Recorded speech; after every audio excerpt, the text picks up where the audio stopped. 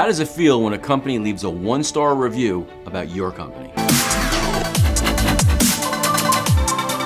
Hi, I'm Dean from Plumbing and HVAC SEO, and today I want to talk to you about the cost of bad customer service.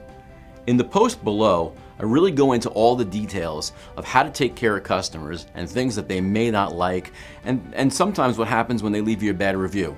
If you're seeing this on YouTube, you obviously don't see a post below, so go over to our website, plumberseo.net/blog, and you can read it.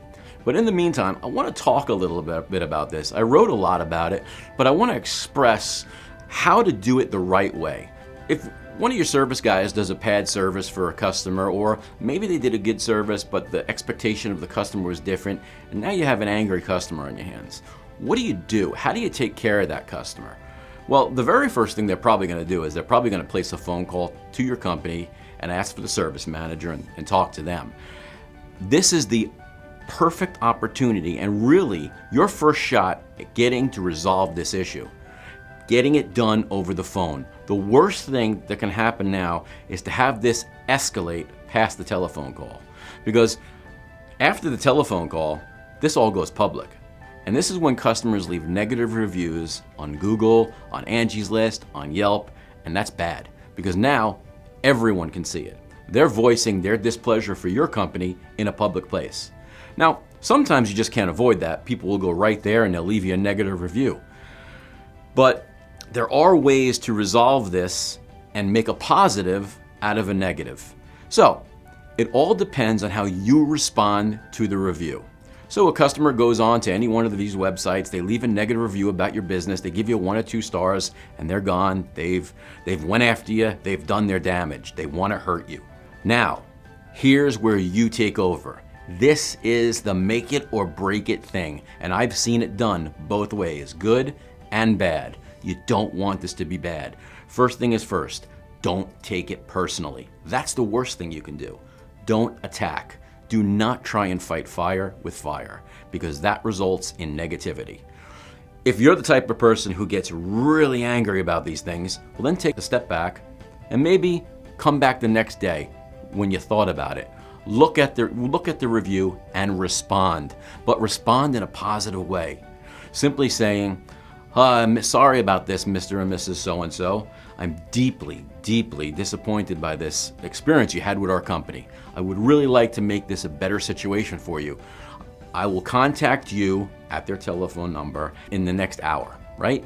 And so now you've taken this offline and you call the customer and do your darndest, your very best to get this issue resolved. And once you get this issue resolved, then ask the customer if they can do an update, because they cannot remove negative reviews. Once a negative review is posted on one of these sites, you can't take it down, but the customer can do an update. And this is a great opportunity, because now they can simply go in there and say, I just wanted to revamp my post. So-and-so Plumbing did a great job. They called me back, they resolved the issue, and I'm real happy with them now.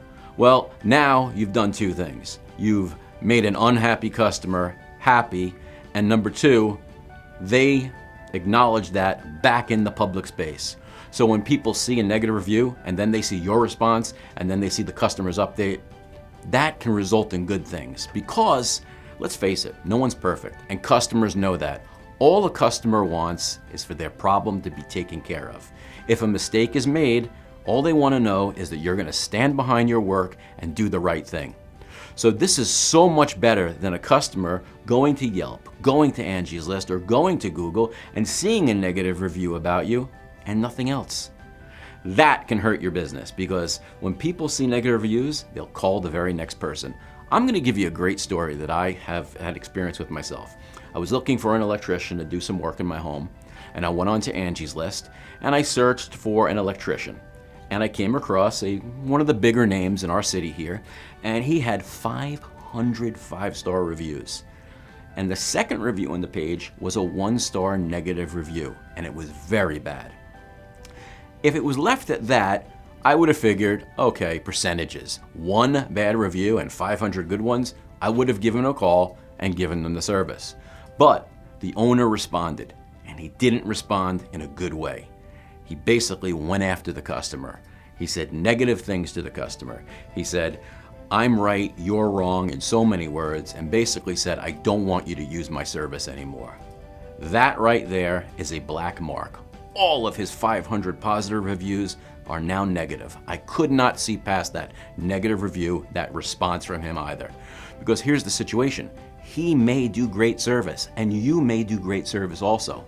But if he made a mistake, does he not stand behind his work? What if he made a mistake in my home? Was I going to get the same response? Was I going to lose money? Was I going to have to go through the problems of calling another electrician to fix the shoddy work that he did? I don't know. It could have been a nut customer that left him the review. But the thing is, he responded in a wrong, negative way. And that can very much hurt your business. So avoid it. Avoid fighting fire with fire.